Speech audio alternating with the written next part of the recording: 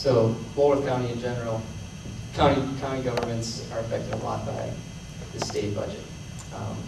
Right now, our state spending, I believe, is the main thing, because that's trickling down to the county and municipal levels.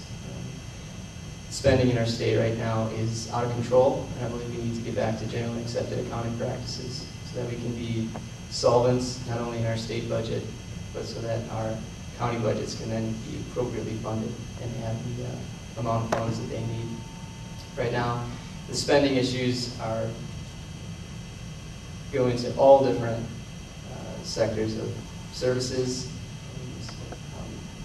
The main one being this train issue. I think the train coming in is going to be a debacle.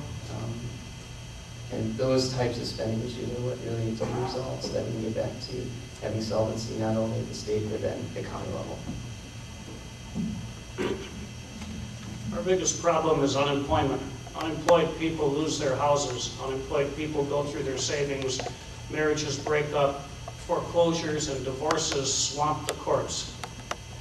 My first cure for this would be to suggest, and if I were king to enforce, that every elected official in the state of Wisconsin takes a 50% pay cut until the unemployment level is again below 5%.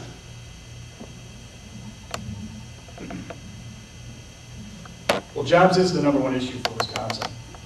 Okay, but not only do people go through bankruptcies and divorces and whatnot, they eventually become wards of the state.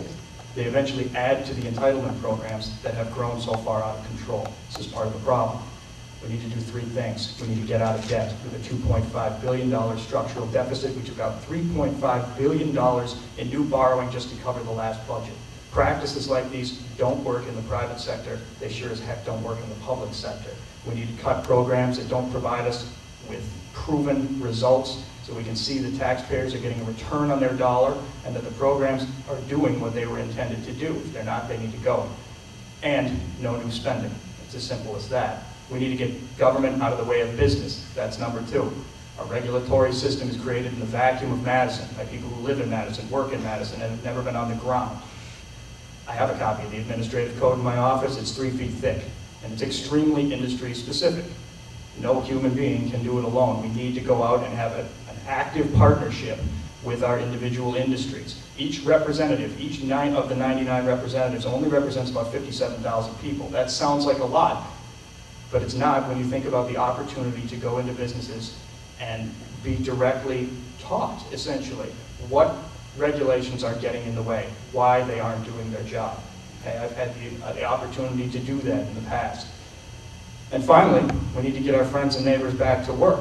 Once we get the roadblocks out of the way on the highway to economic prosperity, businesses expand, they are receiving further revenues, meaning that they're going to hire new people, going to expand. And that's the long and short of it. So, get out of debt, get government out of the way of business, and get our friends and neighbors back to work. What are the biggest issues facing in Walworth County? Well, as I said earlier, many people I've talked to all over the county is that they're struggling. They, as I said, they have lost their job. They're waiting, they're looking, and they just can't find the jobs that they need to get back on their feet. So that to me is one of the biggest issues here in Walworth County. Another issue is we need to bring in industry in Walworth County. Bringing industry obviously brings jobs, and it does increase tax revenue for the local communities, local municipalities. And if we remain stagnant and jobs are not available, taxes will go up in the local municipalities. The housing market is terrible. It just has a rippling effect in our lives. And so we need to be focused and bring in jobs. Now, as mayor for the past 8 years, and during my tenure, we've had a council that has been, for the most part, pro-business. And during the past 11 years, we have brought in over 40 plus new businesses, thus creating hundreds and hundreds of jobs. And that's what the state needs to do to bring jobs back to the 32nd District and to Wisconsin.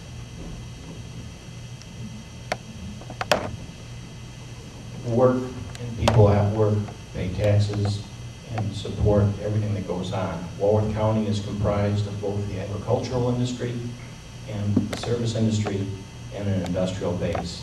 It's split up all over the county.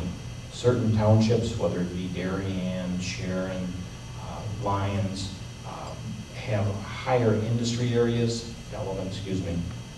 However, the construction industry, which has been the generator of much income, many jobs, and suffering to the point of exhaustion.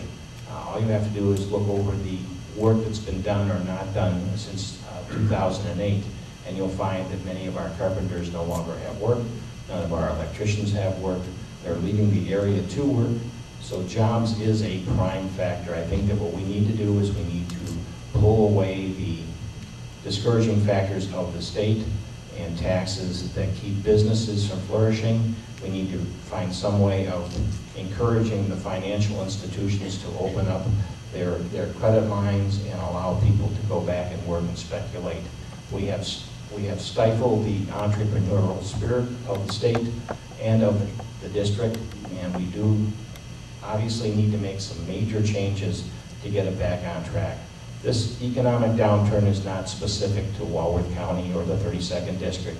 It is, however, something that we ourselves can control. We have a great deal of funding that comes from across the border, if you will. We have huge taxes paid by people who do not have a chance to vote.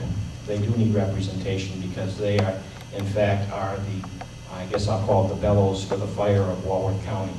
And until such time as we get our systems working, we must rely on the service industry, in fact, to carry us in the agricultural industry. So I do believe we need to get the government out of business. Thank you.